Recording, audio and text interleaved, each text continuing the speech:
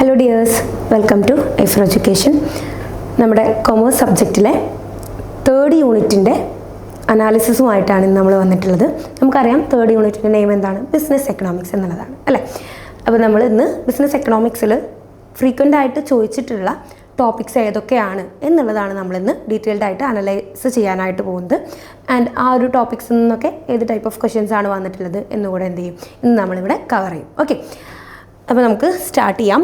Business economics. Okay, business economics എന്ന് പറയുമ്പം നമ്മളതിൻ്റെ കോൺസെപ്റ്റ് മനസ്സിലാക്കി കഴിഞ്ഞാൽ ഏത് ടൈപ്പ് ക്വസ്റ്റ്യൻസ് വന്നാലും നമുക്ക് ആൻസർ ചെയ്യാനായിട്ട് പറ്റും. ഓക്കെ, ലോജിക്കലി നമ്മൾ ആൻസർ ചെയ്യേണ്ട ക്വസ്റ്റ്യൻസ് ആണ് നമ്മുടെ ബിസിനസ് എക്കണോമിക്സിൽ ചോദിക്കാറുള്ളത്. ഓക്കെ, നമ്മളതിന് ഇവിടെ നിന്ന് എന്താ പറയുക, ഒരുപാട് ബൈ ഹാർട്ട് ചെയ്ത് പോവുകയല്ല, അതിനപ്പുറം കോൺസെപ്റ്റ് മനസ്സിലാക്കി കഴിഞ്ഞാൽ നമുക്ക് വളരെ പെട്ടെന്ന് ആൻസർ ചെയ്യാൻ പറ്റുന്ന ക്വസ്റ്റ്യൻസ് ആണ് അതിൽ ചോദിക്കാറുള്ളത്. ഓക്കെ, അപ്പോൾ നമ്മളതിൽ ഇൻഡെപ്തായിട്ട് ആ ഒരു കോൺസെപ്റ്റുകൾ എന്ത് ചെയ്യണം, ക്ലിയർ ആയിട്ട് നിങ്ങൾ പഠിച്ചു വെക്കണം. ഓക്കെ, അപ്പം ഏറ്റവും കൂടുതൽ റിപ്പീറ്റ് ചെയ്തിട്ടുള്ള എക്കണോമിക്സിൽ ഏറ്റവും കൂടുതൽ റിപ്പീറ്റ് ചെയ്തിട്ടുള്ള 2 ടോപ്പിക്കാണ് ഈ ഒരു മാർക്കറ്റ് സ്ട്രക്ചേഴ്സും അതുപോലെ തന്നെ ഇലാസ്റ്റിസിറ്റി ഓഫ് ഡിമാൻഡ് എന്ന് പറയുന്നത്. ഓക്കെ, അപ്പം മാർക്കറ്റ് സ്ട്രക്ചേഴ്സ് എന്ന് അതുപോലെ തന്നെ ഇലാസ്റ്റിസിറ്റി ഓഫ് ഡിമാൻഡ് എന്നും നമ്മളൊരു 10 ടേം ക്വസ്റ്റ്യൻ പേപ്പേഴ്സ് എടുത്തു കഴിഞ്ഞാൽ ആ 10 ടേമിലും ഇതിന്ന് ഒരു ക്വസ്റ്റ്യൻ ഇല്ലാതെ, ഈ 2 ടോപ്പിക്കിൽ നിന്ന് ഒരു ക്വസ്റ്റ്യൻ ഇല്ലാതെ എന്ത് ചെയ്തിട്ടില്ല, എക്സാം കണ്ടക്ട് ചെയ്തിട്ടില്ല.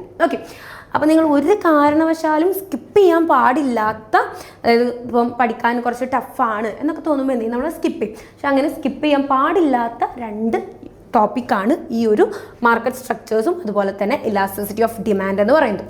ഓക്കെ, അപ്പോൾ നമുക്ക് മാർക്കറ്റ് സ്ട്രക്ചേഴ്സ് അറിയാം ഏതൊക്കെയാണ്. പെർഫെക്റ്റ് കോമ്പറ്റീഷൻ, പിന്നെ മൊണോപ്പൊളിസ്റ്റിക്, അതുപോലെ മൊണോപ്പൊളി, പിന്നെ ഒളിഗോപ്പൊളി അല്ലേ, ഒളിഗോപ്പൊളി.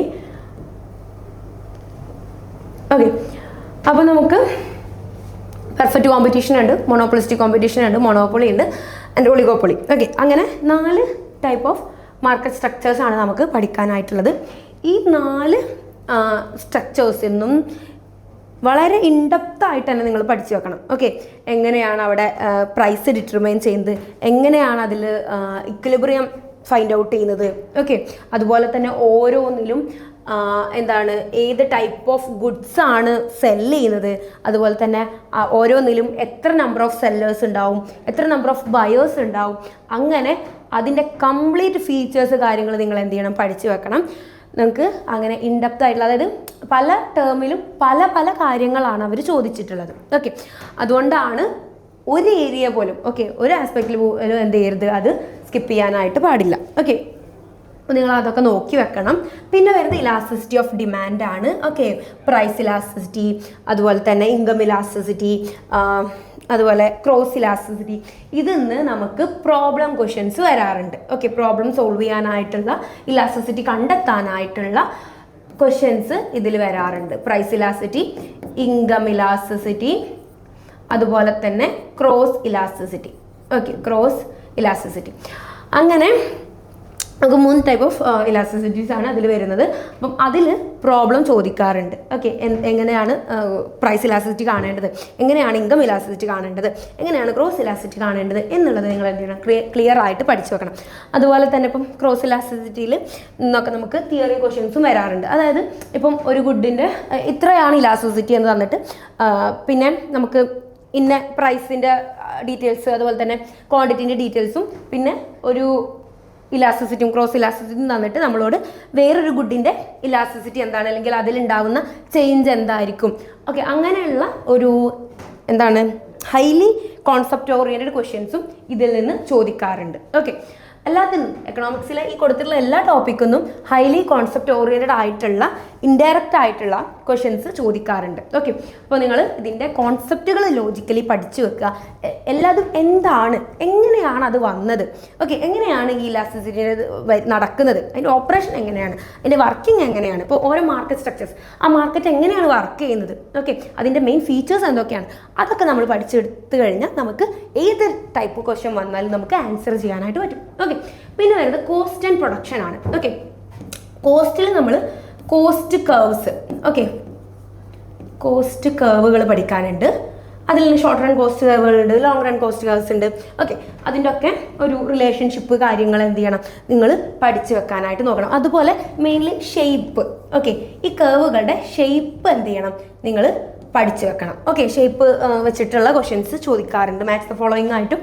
ഡയറക്റ്റ്ലി ഇപ്പം നമ്മൾ കണ്ടിട്ടുള്ള ഒരു ക്വസ്റ്റ്യൻ ഏതാണെന്ന് വെച്ചിട്ടുണ്ടെങ്കിൽ ഇതിൽ യു ഷേപ്പ്ഡ് അല്ലാത്ത കോസ്റ്റ് കർവ് ഏതാണ്, ഓക്കെ, അല്ലെങ്കിൽ കർവ് ഏതാണ്, അത്തരത്തിലുള്ള ക്വസ്റ്റ്യൻസും എന്ത് ചെയ്യാറുണ്ട്, ഇവർ ചോദിച്ച് കാണാറുണ്ട്. ഓക്കെ, അപ്പോൾ അതിൻ്റെ ഷേപ്സ് അതുപോലെ തന്നെ ആ ഒരു കർവ്സ് തമ്മിലുള്ള റിലേഷൻ അതെങ്ങനെയാണ് വരയ്ക്കേണ്ടത്, ഓക്കെ, അതൊക്കെ ഒന്ന് എന്ത് ചെയ്യുക, ജസ്റ്റ് പഠിച്ചു വെക്കുക. അങ്ങനെയാകുമ്പോൾ നമ്മൾ ജസ്റ്റ് ഇങ്ങനെ വരച്ചു കൊടുത്തു കഴിഞ്ഞാൽ തന്നെ നമുക്ക് എന്ത് ചെയ്യാൻ പറ്റും, ഇതിന്ന് ചോദ്യങ്ങൾ വന്നു കഴിഞ്ഞാൽ നമുക്ക് ആൻസർ ചെയ്യാനായിട്ട് പറ്റും. ഓക്കെ, അപ്പോൾ അതായത് അതിൻ്റെ ഒരു പിക്ചർ എന്ത് ചെയ്യുക, നിങ്ങൾ മൈൻഡിൽ ഫീഡ് ചെയ്തിടുക. ഓക്കെ, അങ്ങനെയാകുമ്പോൾ ഇന്നതിനേക്കാൾ ഹയസ്റ്റ് ആണ് ഇന്നത്, ഓക്കെ, AC-നേക്കാൾ ഹയസ്റ്റ് ആണ് ഇന്നത്, അങ്ങനെയൊക്കെ വരുമ്പോൾ ABC അങ്ങനെയൊക്കെ ചോദിക്കുമ്പോൾ അതാണോ അല്ലയോ എന്ന് ചെക്ക് ചെയ്യാനായിട്ട് നമുക്ക് എന്ത് ചെയ്താൽ മതി, ജസ്റ്റ് ഈ ഒരു പിക്ചർ വരച്ചു കൊടുത്താൽ മതിയാവും, ഈ ഡയഗ്രം ഒന്ന് വരച്ചു കൊടുത്താൽ മതിയാവും. സോ നിങ്ങൾ എന്ത് ചെയ്യുക, ഈ കോസ്റ്റ് കർവ്സിൻ്റെ ഇത് നിങ്ങൾ എന്ത് ചെയ്യണം, ആ റിലേഷൻഷിപ്പ് കാണിക്കുന്ന ഷോർട്ട് റണ്ണിൽ ഒരു ടൈപ്പ് ഓഫ് ഡയഗ്രാണ് വരിക ആൻഡ് ലോങ് റണ്ണിൽ വേറെ ടൈപ്പ് ഓഫ് ഡയഗ്രാണ് വരിക. സോ അത്തരം കാര്യങ്ങൾ നിങ്ങൾ എന്ത് ചെയ്യുക, മൈൻഡിൽ ഫീഡ് ചെയ്തിടുക. ആ ഡയഗ്രാംസ് നിങ്ങൾ മൈൻഡിൽ ഫീഡ് ചെയ്തിടാനായിട്ട് നോക്കുക. ഓക്കെ, പിന്നെ നമുക്ക് പ്രൊഡക്ഷനിൽ നമുക്ക് തിയറീസ് ആണ്, പ്രൊഡക്ഷൻ തിയറീസ് അല്ലേ. എന്താണ്, variable proportion theory, short run പ്രൊഡക്ഷനിൽ വാരിയബിൾ പ്രൊപ്പോർഷൻ, പിന്നെ നമ്മുടെ ലോങ് റൺ പ്രൊഡക്ഷനിൽ നമുക്ക് റിട്ടേൺ ടു സ്കെയിൽ അല്ലേ, law of return to scale. 2 തിയറിയാണ് മെയിനായിട്ട് നമുക്ക് എന്ത് ചെയ്യാനുള്ളത്, പ്രൊഡക്ഷൻ തിയറീസിൽ പഠിക്കാനുള്ളത്. ഇതിന് ക്വസ്റ്റ്യൻ വരാറുണ്ട്, നിങ്ങളത് പഠിച്ചു വെക്കണം. ഓക്കെ, പിന്നെ കൺസ്യൂമർ ബിഹേവിയർ. ഓക്കെ, ഇത് നമുക്ക് ആക്ച്വലി നമുക്ക് മാർക്കറ്റിങ്ങിലും ഒക്കെ പഠിക്കാനായിട്ടുള്ളതാണ്. സോ ഇവിടെ നമുക്ക് കുറച്ചേ പഠിക്കാനുള്ളൂ. പക്ഷേ ആ ഒരു കൺസ്യൂമർ ബിഹേവിയർ എന്നുള്ളത് നിങ്ങൾ എന്ത് ചെയ്യുക, ജസ്റ്റ് ഒന്ന് പഠിച്ചു വെക്കാനായിട്ട് നോക്കാം. പിന്നെ വരുന്നത് പ്രൈസ് ഡിസ്ക്രിമിനേഷൻ. ഓക്കെ, നമുക്കറിയാം first degree price discrimination, first degree, second degree,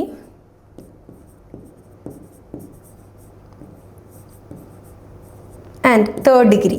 okay, ഇങ്ങനെ 3 ഡിഗ്രീസ് ഓഫ് പ്രൈസ് ഡിസ്ക്രിമിനേഷൻ നമുക്ക് പഠിക്കാനുണ്ട്. ഓരോന്നിനും ഇൻഡിവിജ്വൽ ഫീച്ചേഴ്സ് കാര്യങ്ങളുണ്ട്, ഡിഫറൻഷിയേഷൻസ് ഉണ്ട്. അതെന്താണെന്നുള്ളത് കൃത്യമായിട്ട് പഠിച്ചു വെക്കണം. അതുപോലെ തന്നെ ഈ 3 ഡിഗ്രീസ് ഓഫ് പ്രൈസ് ഡിസ്ക്രിമിനേഷൻ്റെയും എക്സാമ്പിൾസ് കൂടി നിങ്ങൾ എന്ത് ചെയ്യണം, പഠിച്ചു വെക്കാനായിട്ട് നോക്കണം. ഓക്കെ, അപ്പം അങ്ങനെയുള്ള ക്വസ്റ്റ്യൻസ് നമുക്ക് ചോദിക്കാറുണ്ട്. പ്രൈസ് ഡിസ്ക്രിമിനേഷൻ വളരെ ഇമ്പോർട്ടൻ്റ് ആയിട്ടുള്ള ടോപ്പിക്കാണ്. സോ ഇതെന്ത് ചെയ്യണം, നിങ്ങൾ വളരെ നോട്ട് ചെയ്ത് പഠിക്കേണ്ടതാണ്.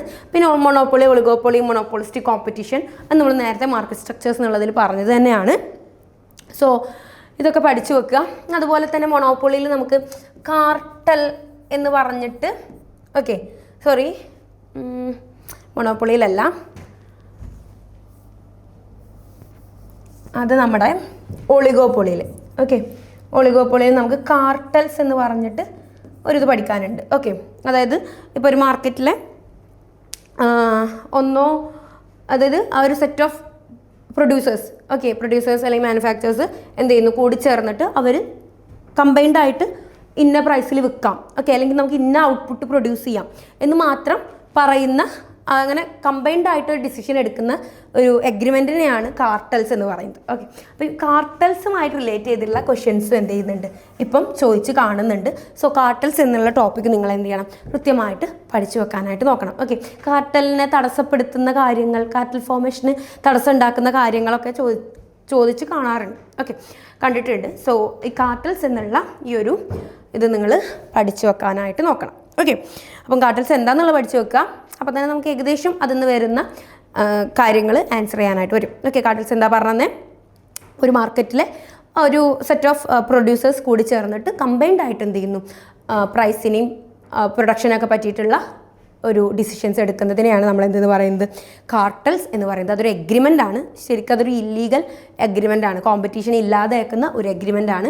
സോ അതിന്നൊക്കെ ക്വസ്റ്റ്യൻ വന്നിട്ടുണ്ട്. സോ ഇത്രയാണ് നമുക്ക് ബിസിനസ് എക്കണോമിക്സിൽ ഇമ്പോർട്ടൻ്റ് ആയിട്ട് നോക്കേണ്ടത്. കുറച്ച് ചെറിയ ഒരു യൂണിറ്റ് തന്നെയാണ്. ഓക്കെ, കമ്പാരിറ്റീവ്ലി നമ്മൾ മറ്റുള്ള യൂണിറ്റ്സിനെ അപേക്ഷിച്ച് നോക്കുമ്പോൾ നമ്മൾക്ക് വളരെ എളുപ്പത്തിൽ കുറച്ചേ ഉള്ളൂ. ഓക്കെ, കുറച്ച് കണ്ടേ നമുക്കിതിൽ പഠിക്കാനുള്ളൂ. അപ്പം അതിൽ തന്നെ വളരെ ഇമ്പോർട്ടൻ്റ് ആയിട്ടുള്ള ടോപ്പിക്സാണ് ഇവിടെ നമ്മൾ കൊടുത്തിട്ടുള്ളത്. നിങ്ങൾ എന്ത് ചെയ്യണം, ഇത് കൃത്യമായി വായിച്ച് പഠിക്കാനായിട്ട് നോക്കണം. ഓക്കെ, അപ്പം നമുക്ക് അടുത്തൊരു യൂണിറ്റ് ആയിട്ട് കാണുന്നതുവരെ bye from I for education.